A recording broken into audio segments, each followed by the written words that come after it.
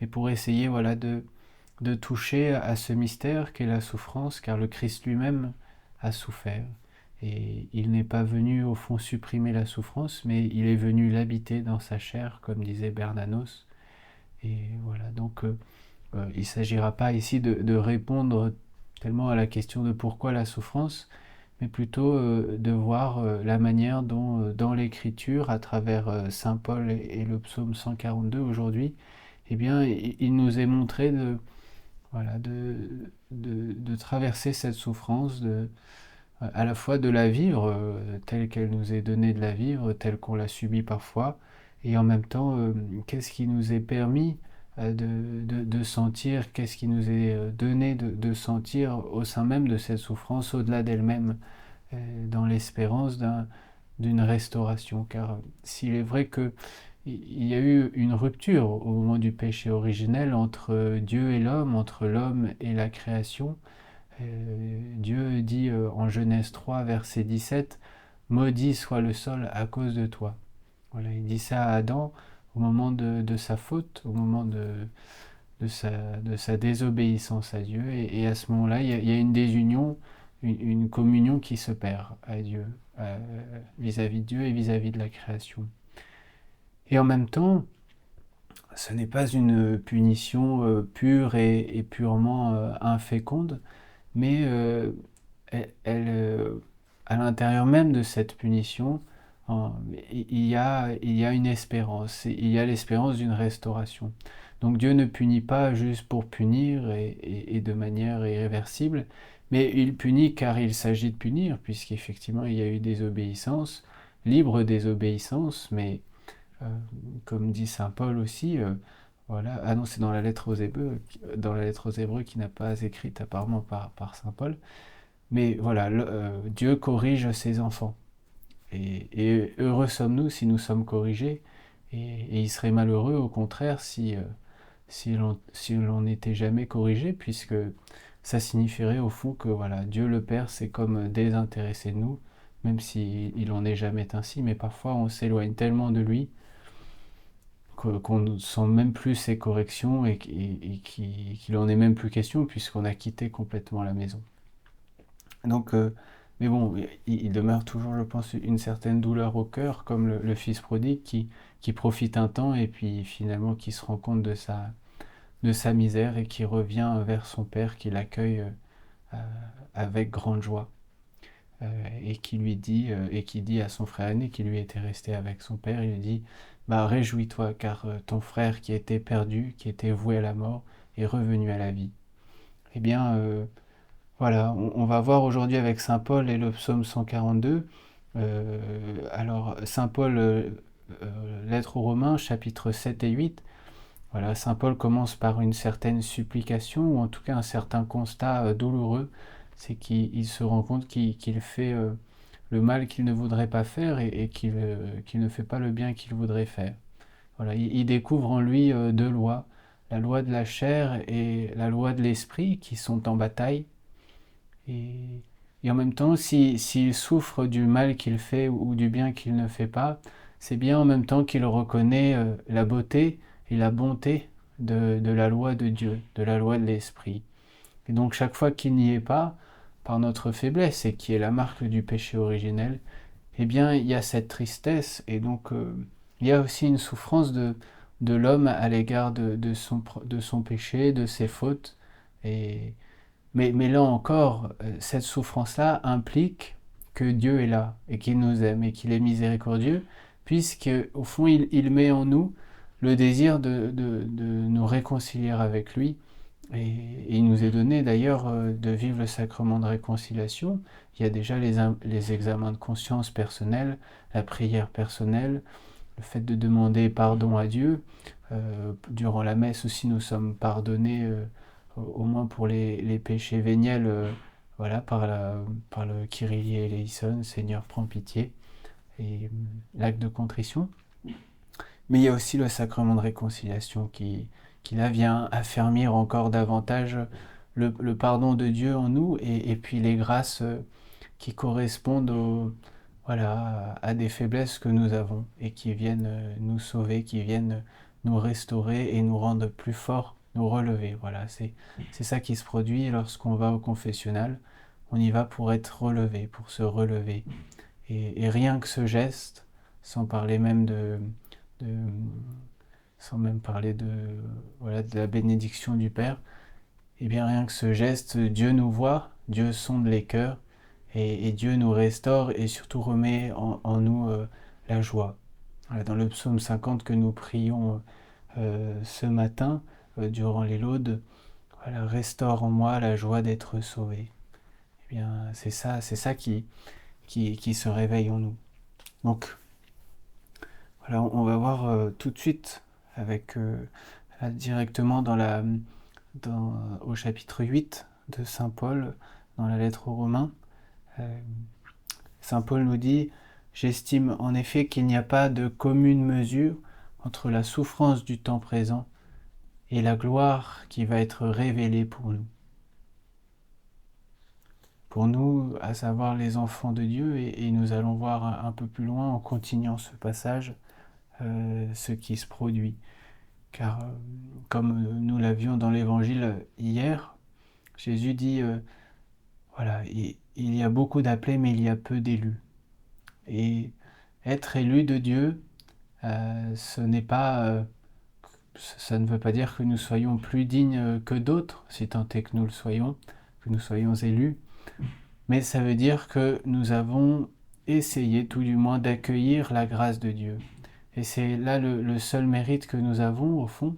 Ce n'est pas un mérite qui relève de notre propre personne, de la propre valeur de notre personne, mais c'est un mérite d'accueil, de réception de la grâce de Dieu. Et au fond, nous ne serons jamais dignes d'être unis au Christ, puisque c'est lui qui nous rend dignes par sa grâce. Mais tout ce que nous avons à faire, nous, c'est de nous rendre disponibles à son amour, à sa miséricorde, et avoir le désir qu'il a mis en nous d'être unis à lui. Et donc c'est là qu'on tire notre mérite et qu'on tire notre joie et qu'on tire notre fierté, comme dit saint Paul aussi. Donc on va continuer ce passage qui est magnifique, je vous le lis. Donc voilà, saint Paul nous dit « Car la création, en attente, aspire à la révélation des fils de Dieu. Si elle fut assujettie à la vanité, non qu'elle l'eût voulu, mais à cause de celui qui l'y a soumise. » Là, la tradition de l'Église considère que celui qui l'y a soumise, c'est Dieu lui-même. Mais là encore, comme on le disait, non pas pour punir purement et simplement, mais pour voilà, éduquer l'homme, le faire grandir après cette faute qui a forcément des conséquences et qui a des conséquences dans la création elle-même, dans la relation à Dieu. Et saint Paul le dit juste après, il le dit, voilà, non qu'elle l'eût voulu, mais à cause de celui qui l'y a soumise, c'est avec l'espérance d'être elle aussi libérée de la servitude, de la corruption, pour entrer dans la liberté de la gloire des enfants de Dieu. Nous le savons en effet, toute la création jusqu'à ce jour gémit en travail d'enfantement. C'est la conséquence du péché, comme on l'a dit. Et non pas elle seule, nous-mêmes, qui possédons les prémices de l'Esprit. Nous gémissons, nous aussi, intérieurement, dans l'attente de la rédemption de notre corps.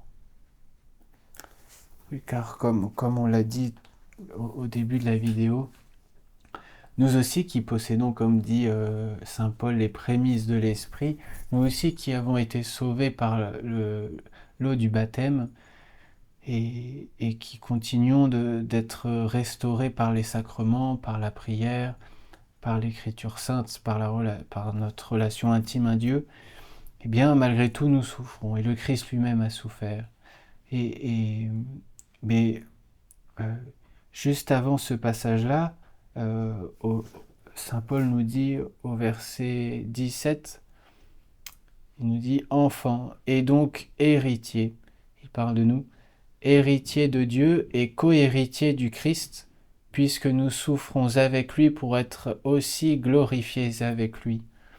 Donc il y a quelque chose de ce mystère que nous prenons avec nous les souffrances du Christ et nous souffrons avec lui et pour lui en un sens, à son exemple, puisque en même temps le Père a tant aimé les hommes, comme dit Saint Jean, qu'il a donné son propre Fils pour que nous puissions nous mettre à son exemple d'amour pour les autres.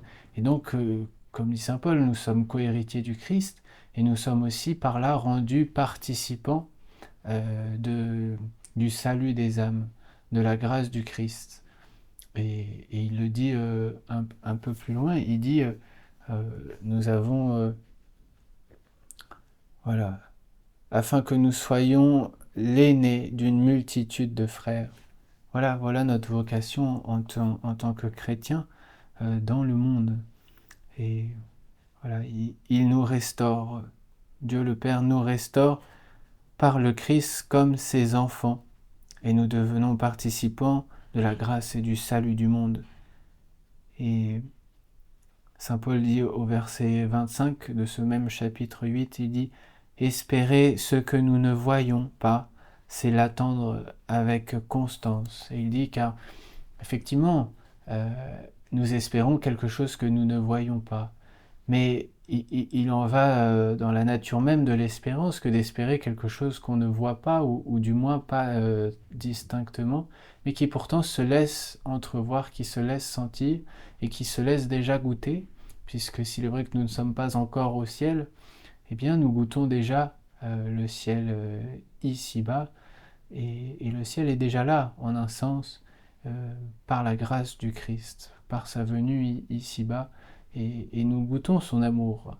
Lorsque nous sommes là à lire la parole de Dieu, que nous sommes là à parler de lui, et qu'il est là, bien plus tôt et plus encore, avec nous, et pour nous, il veille sur nous, il nous regarde, c'est ça la joie qu'on a tout d'un coup au cœur, puisque en parlant de lui, en nous réunissant pour lui, eh bien, il est là avec nous, au milieu de nous. Pourquoi? Non pas parce que nous le méritons par nos propres vertus, mais puisque nous avons fait l'effort de nous tourner vers lui et voilà, de témoigner de lui et voilà, de le laisser venir à nous. Lui, c'est son seul désir voilà, de nous prendre avec lui, sur ses épaules. Et voilà, et nous pouvons avoir confiance, comme dit saint Paul aussi, car l'Esprit vient au secours de notre faiblesse. Le Père sonde les cœurs et l'Esprit intercède pour nous faire correspondre au désir de Dieu, à son désir. Et le désir de Dieu, c'est que nous soyons unis à lui, à son amour, c'est cela sa vue. Il nous veut vivants et participants de son amour comme ses témoins, ses enfants, dans le monde et pour le monde. Et ce que nous dit saint Paul est très beau ensuite. Là c'était moi qui ai écrit ça, c'était pas saint Paul. Mais voilà ce que nous dit saint Paul à partir du verset 28. Et nous savons qu'avec ceux qu'il aime, Dieu collabore en tout pour leur bien, avec ceux qu'il a appelés selon son dessein. Car ceux que d'avance il a discernés, il les a aussi prédestinés à reproduire l'image de son Fils, afin qu'il soit l'aîné d'une multitude de frères. Et ceux qu'il a prédestinés, il les a aussi appelés. Ceux qu'il a appelés, il les a aussi justifiés. Ceux qu'il a justifiés, il les a aussi glorifiés. Que dire après cela? Si Dieu est pour nous, qui sera contre nous?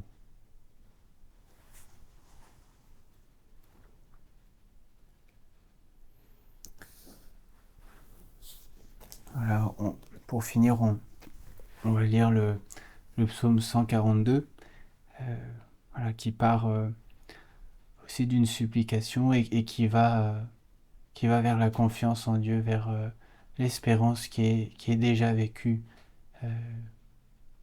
Voilà, on peut penser à la prière de Jésus au chapitre 17 dans l'évangile de Jean. Voilà, Jésus qui s'adresse au Père et qui dit voilà, Père, je te prie pour que de la même manière que nous sommes un, eux aussi soient un en nous. Voilà, il dit au verset 3, la vie éternelle, c'est qu'ils te connaissent. Voilà, et le Christ, c'est celui qui vient nous faire connaître le Père. Comme dit Jésus, nul n'accède au Père sinon par moi.